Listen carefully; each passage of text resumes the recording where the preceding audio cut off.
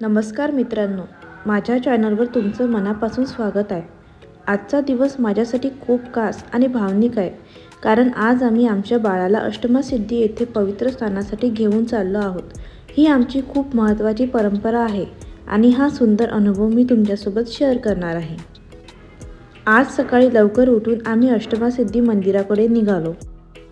अष्टमासिद्धी विहीर ही महाराष्ट्रातील एक पवित्र आणि ऐतिहासिक विहीर आहे. अष्टमासिद्धी म्हणजे 8 प्रकारच्या दिव्य शक्ती. अशी श्रद्धा आहे की येथे स्नान केल्याने मन शुद्ध होते, आरोग्य चांगले राहते, बाळाला आशीर्वाद आणि संरक्षण मिळते. आता आम्ही अष्टमासिद्धी मंदिरात पोहोचलो आहोत. इथलं वातावरण खूप शांत आणि पवित्र आहे. इथे आल्यावर मनाला खूप समाधान मिळतं. बुधवारी आणि शुक्रवारी इथे खूप गर्दी राहते.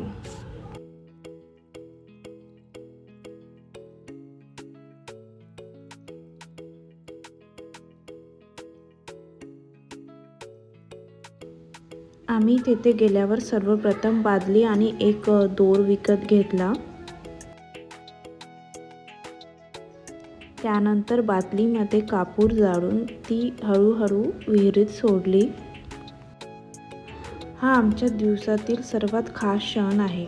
आमच्या बाळाचं पहिलं पवित्र स्नान. असं मानलं जातं की स्नानामुळे बाळाला चांगलं आरोग्य, संरक्षण आणि देवाचे आशीर्वाद मिळतो.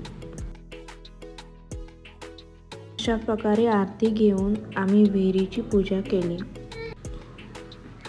आम्ही देवाकडे आमच्या बाळाच्या उत्तम आरोग्यासाठी, आनंदासाठी आणि उज्ज्वल भविष्यासाठी प्रार्थना केली.